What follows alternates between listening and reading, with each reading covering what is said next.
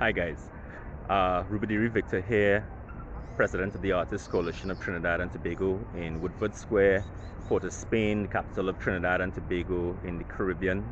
And we're here for the exhibition Pantheon 1, the Kings and Queens, the King and Queen costumes of Trinidad and Tobago's Carnival. And this is being put on. Here's Woodford Square's heritage information. Woodford Square is a square that's kind of at the heart of Trinidad and Tobago's many facets of its history. This is a point where there were the native peoples, the Warao, Kalinago peoples, the first peoples had massive conurbations, and also a place where there was ritual at this spot. A river used to run through here. When the colonials came, this was a site of great battles and resistance by the natives. There is actually the Red House is right across the way. We'll see it in a little bit.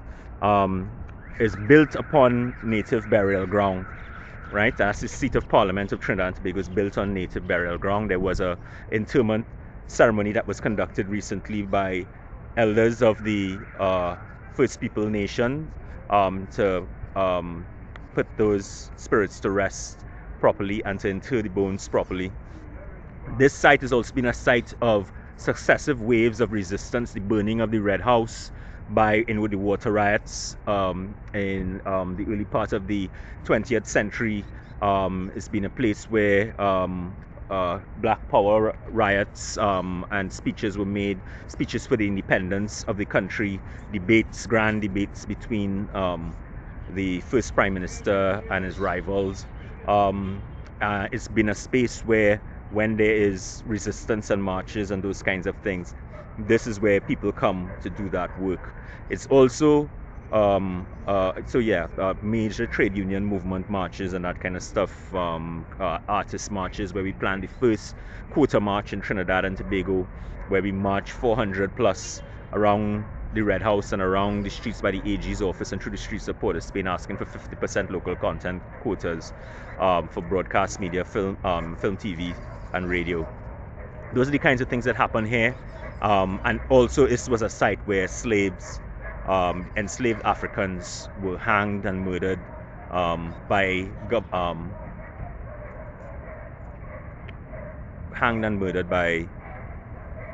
colonial authorities. Yeah, so that's the history of Woodford Square. It's a space of contention, and it is a space where the sovereign powers of resistance come to battle for on behalf of the progressive forces and the liberation forces of the country against oppressive forces. This was the site that we chose to do this exhibition, Pantheon 1, right? So it's one, the first of many, Pantheon being the full sum, a collection of gods and goddesses from one belief system, the full kingdom of God powers residing over one community. We are saying that the King and Queen costumes of Trinidad and Tobago Carnival constitute a ring of godheads that have been invoked by the great band leaders, great designers, great artisans of the last 100 years in Trinidad and Tobago. Most of those costumes have been destroyed because there's no storage and because of a whole set of other reasons. But we are calling for the reconstitution of the 100 greatest costumes of all time, and also the creation of the Carnival and Steel Band Museum, accompanied by a national heritage warehouse where our cultural artifacts can be stored properly. So I'm going to walk you now through the exhibition. So we're just going to pan around Woodford Square so you could get a sense of yourself where you are. Capital city, Port of Spain. That's the first public library in the distance, the Hall of Fame next to it, City Hall. There's Frederick Street, which runs through the heart of Port of Spain. Knox Street, and that's the Anglican Cathedral right there, bordering, and further to its right from where I'm standing is the National Library. right? And we'll see a lot more of those buildings as we go by. But here we are. This is the first part of the exhibition. This is panel 1. So the exhibition is made up of 11 panels telling the history and talking and investigating the king and queen tradition, and 12 portals, which we'll deal with later. So this first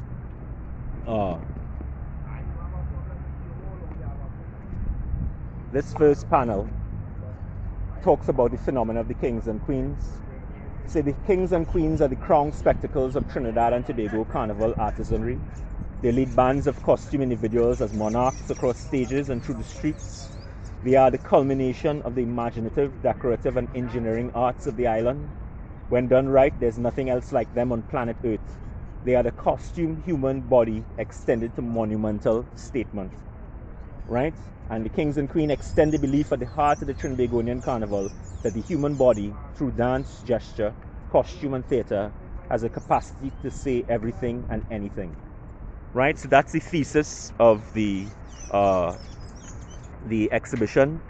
Costumes come and dance between 11 and 4 in the square, so you all are welcome to come. The public is welcome. Yeah, that's just talking to the public that's there, letting them know what's about to happen.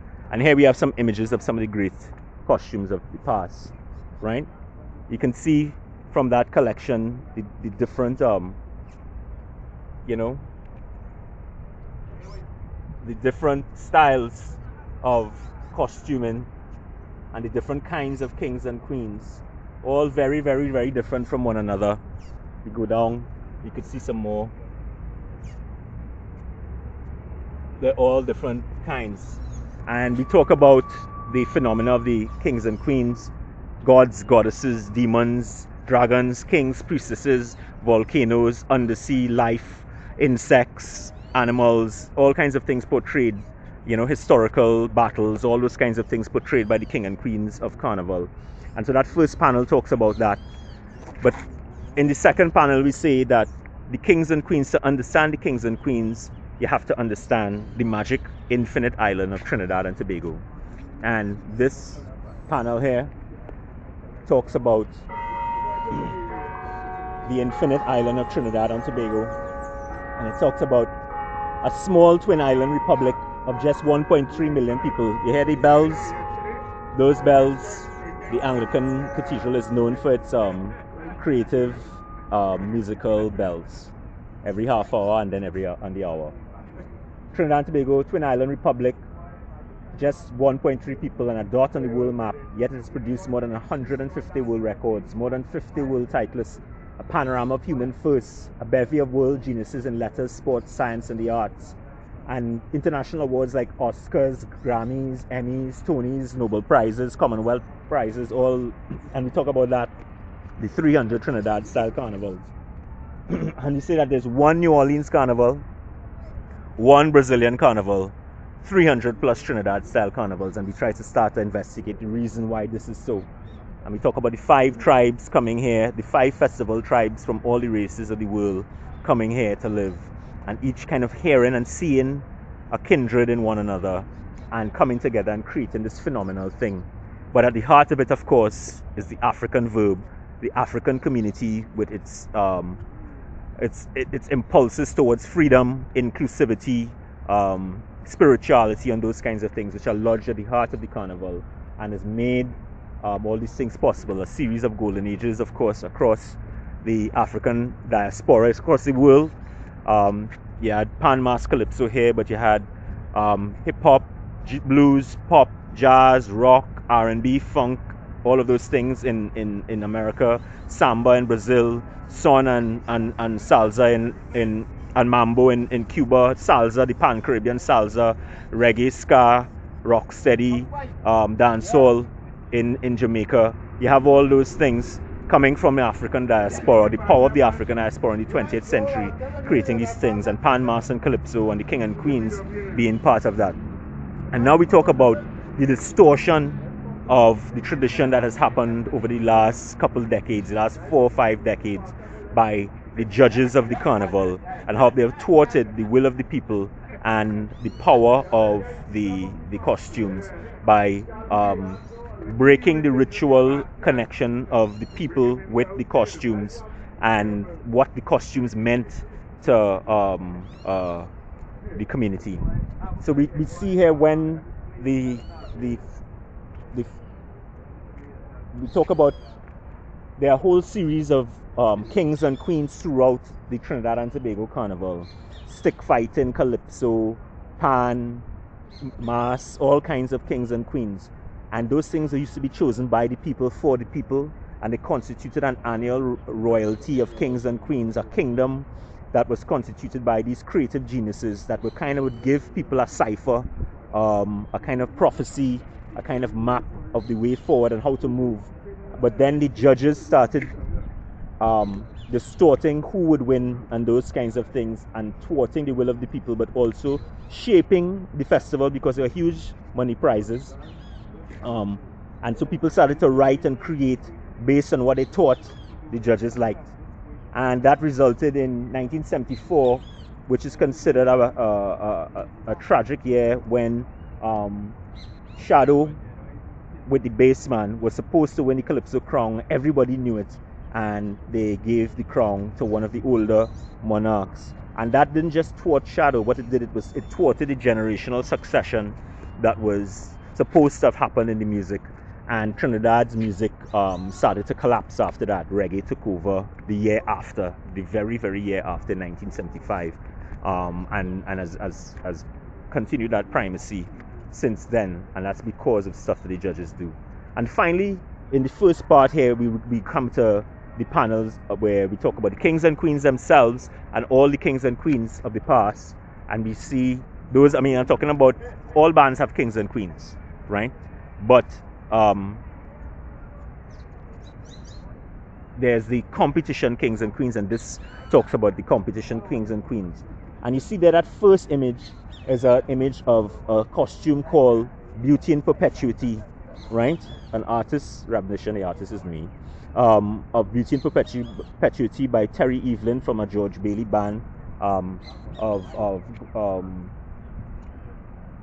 Gods and Clowns, Bats and Clowns.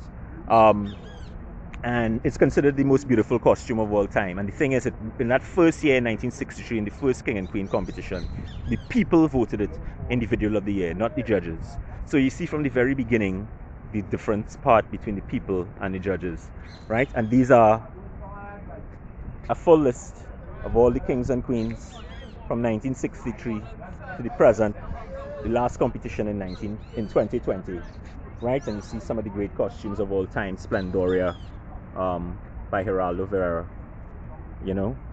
Right, so we're walking now. See the Anglican Cathedral is in the background, and see that's one of the portals there glistening, right? And I'll talk a bit about the portals. Here's another one, but this is not a portal of regeneration. This is a portal representing what happens, right? It's a portal of kind of decay, destruction, and death.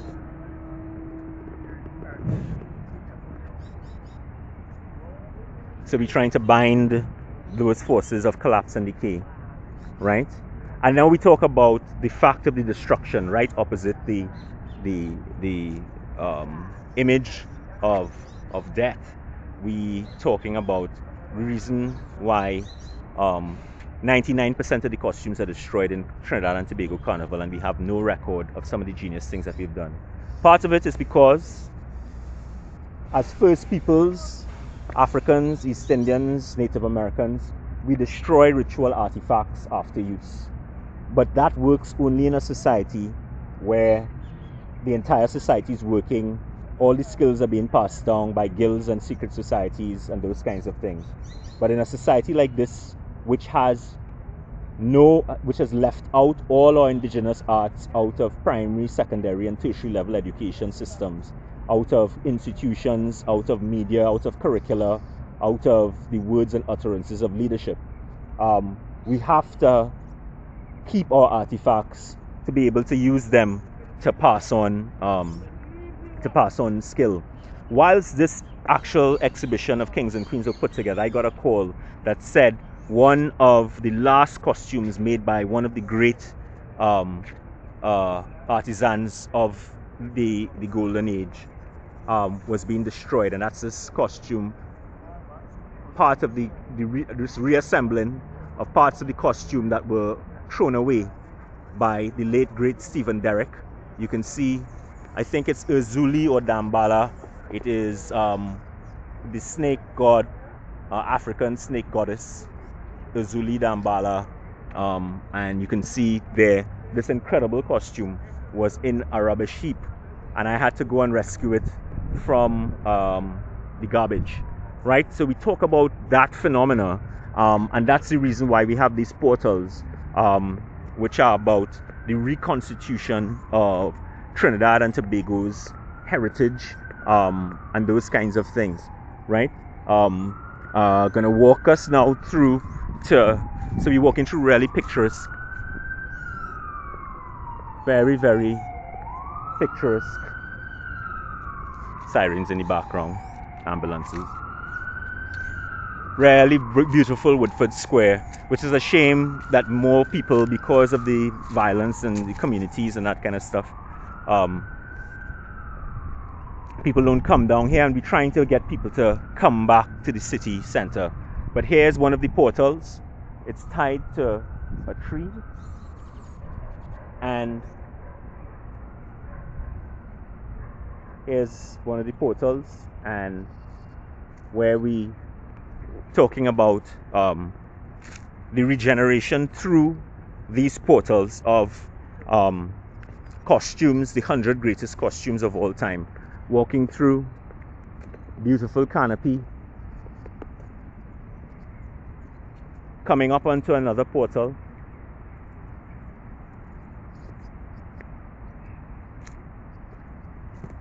So these are all octagons, 8-sided, with tape.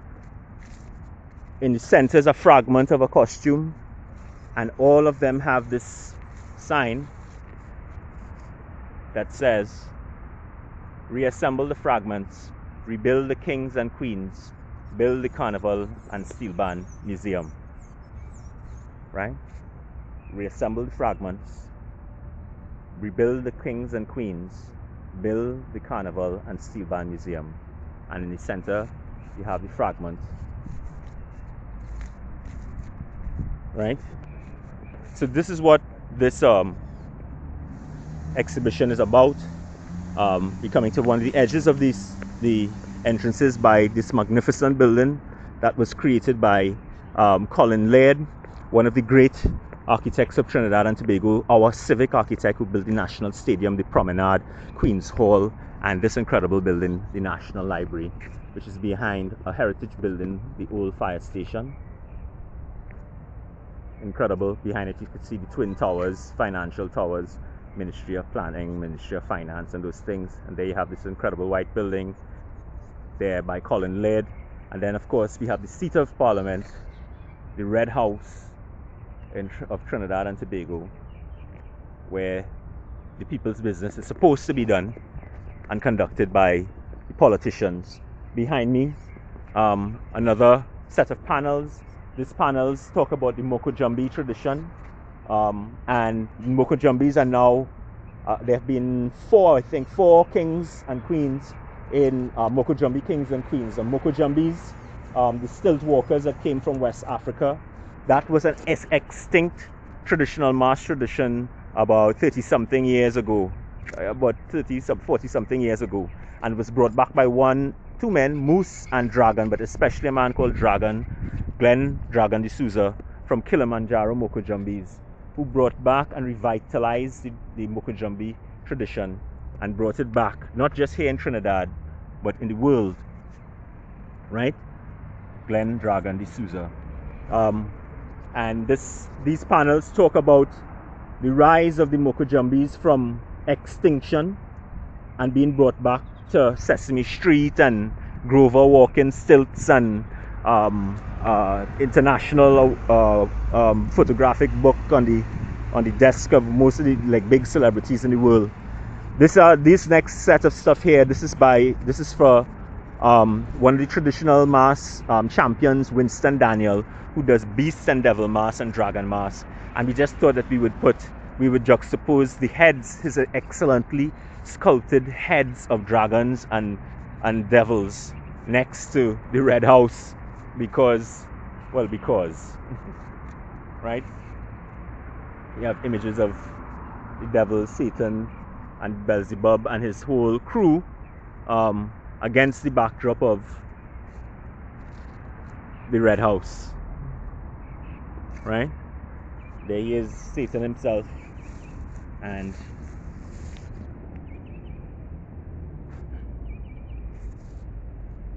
yeah, and so you're inside a field of devils, of floating devil heads, right, opposite of the red house. See how exquisitely crafted the heads are, papier-mâché heads by champion Winston Daniel, right? So you get an idea of what the exhibition is about. Little later on today, from 11 to 4, at the conclusion, we have the ritual, and then we have costumes dancing, kings and queens, junior and adult kings and queens dancing. Right, here's yet another portal.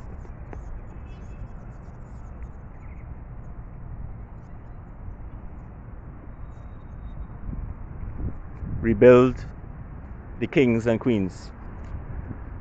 Build the carnival and steel band museum. Right, we coming out to yet another portal. 2 portals. You can see them here.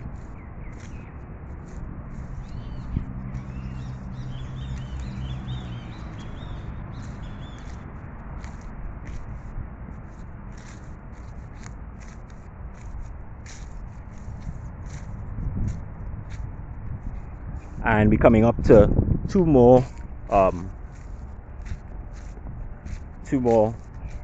things here that with examples of the history of the king and queen tradition. This one is about giving thanks, and it's talking about the tribe of people. It takes a village to make mass, and the first village that we have to pay thanks to is East Port of Spain, which are the hills in that direction. Laventille, Belmont, Mova, Gonzales. These are the people who midwife the Holy Trinity of Pan, Mass, Calypso into existence, and we have never given that community thanks. You know, the gang boys of those that space converted themselves into secret society guilds of master artisans and created Pan, Mass, and Calypso. Businessmen, they became businessmen, inventors, musicians, some of the greatest writers of the English language, some of the greatest artisans and stuff in the world, creating the kings and queens and so many other things. 300 Trinidad style carnivals emanated from that community with $15 billion every year. The 2 largest street festivals on the Western world were London, Notting Hill, and Brooklyn, New York carnivals are both Trinidad style carnivals, and at their height they had each 4 million people on the streets. 4 million people, mostly black people, where in any one of those cities, if 3 black people get together, it's cause for police action. And Trinidad and Tobago have 4 million people on the street, mostly black, and that is power. And it was no private sector or public sector did that. That's people power, right? So we talk about that tribe and village, that not just East Port of Spain, but we talk about the tribe that makes every single band and every king and queen work, from the band leaders like the great Stephen Lee Young, to the great people who wear the kings and queens, because Trinidad has this extraordinary affection for the people who wear the king and queen costumes. So people like Hilton Cox and Alison Brown, Piola Marchand, Rosemary Kuruk Jagasa have an extraordinary kind of relationship with the population because they wore these costumes. And we talk about that. We talk about the designers who get really short shrift and this stuff because people are so hooked on the band leaders and the people who wear. And then we talk about the photographers, the late great Noel Norton, without whom we would not have images of a lot of the costumes pre-1980. Then we get into detail, and there was going to be a whole set of panels going into, we were supposed to have 16 panels. We didn't finish enough on time. We missed the panels on McFarlane, K2K, the great Peter Minshall, Barclay, Carlisle Chang, a whole slew of others. But this is Pantheon number 1. There's going to be Pantheon number 2, and then by Pantheon number 2 we'd have those. But we did be able to give some space to some of the get closer to some of the people that people might just hear their names, but they don't know much about them. The late great Roland St. George was one of the 3 people when you say Carnival Kings. Him and the Eustaces and Peter Samuel, those are the 3 kind of names that resonate in people's heads when you talk about Carnival Kings. But we're able to give him his due, and he has the history of the most second places in the competition. But these are some of the greatest costumes. Some of them you can't imagine. Some of them, some of them that came 8th and 7th and that kind of stuff. You want to know, like, but what beat that? You know what I mean? And we go back to the judges, of course, right? And then we talk about the Jagassar family, who gave us a lot of the costumes that you're about to see. You see some of the bigger ones coming up there, and the whole Roller family and their thing about the East Indian, San Fernando, fancy Indian tradition of big band masks with massive kings and queens, super adorned Native American gods and goddesses and figures from their mythology and that kind of stuff. And the San Fernando has preserved the fancy Indian, that's the Native American kind of mask, and thanks to them that tradition is still alive. Here's another portal. Reassemble the fragments, rebuild the kings and queens. And there's the image. These are fragments, and we're asking for the rebuilding of those things. So these are magical kinds of portals that are meant to do that. Yeah. So moving on, we're almost close to the end of the exhibition now. I'm walking you through the last bits here, and here is one of the largest fragments that we have, and this is one of the Jagassar's costumes, again from that tradition of fancy Indian San Fernando masks. Guardian of the Horned Serpent by Karina Badal, and from the Ban and Tame territory in 2020, and built by Lionel Jagassar, designed by Lionel Jagassar. Right, so you could get, just from this small fragment, you could get a sense of, imagine this was 4 times that size in terms of height and width and all of that, depth and that kind of stuff. Those are the kinds of costumes that are part of the tradition. We're going over. We're going to see some more fragments, and we're going to see some more of the panels that exist. Here's another panel, and this one talks about the competition itself, and then also about the costumes that are on the road for Carnival. Right, so there are lots of pictures in this one, right? And we talk about the road, right? It's one thing about being on the Savannah stage and then judges judge, but the other thing is the costume is not the costume unless it go to the road. They have costumes that only compete on the Savannah stage and they don't go on the road. That is blasphemy. You have to go on the road, right? You're leading bands and you're going on the street. And check out the phenomenal kinds of variety and the diversity of the kinds of individuals and kings and queens that exist. We talk about, priestesses, gods, goddesses, mountain ranges, right? And these are like from the 2017, 2018 competitions, that Damien Lookpat's images. And these are some images I took of this guy who creates his own individual king for his band of 1, and I say that is the spirit of Carnival itself. That is what Carnival is all about. And right around the corner, we talk about the Carnival and Steel Band Museum. That first image that we saw, one of the first images that we saw of Terry Evelyn, he designed the first plans for the Carnival and Steel Band Museum. Real futuristic stuff. incredible visionary individual.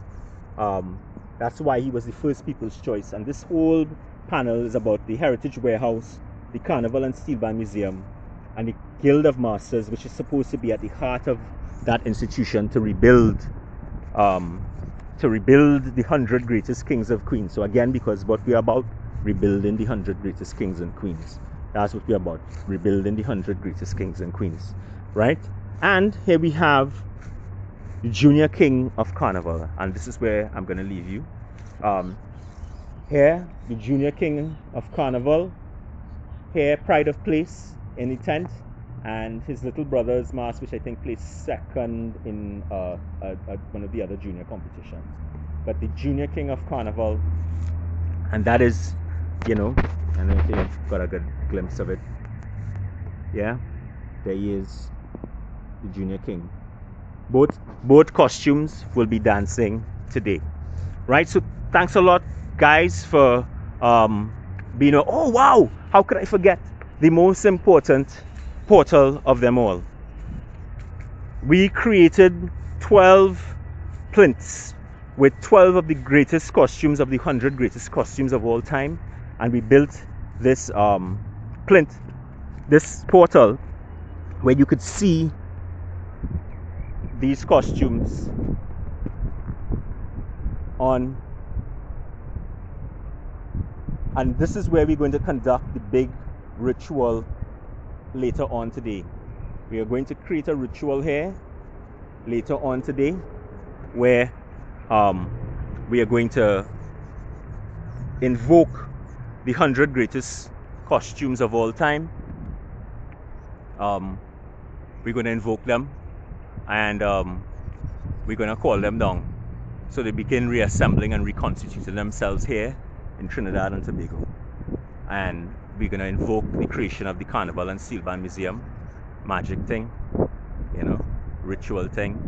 We're going to do that. That's what it's all about.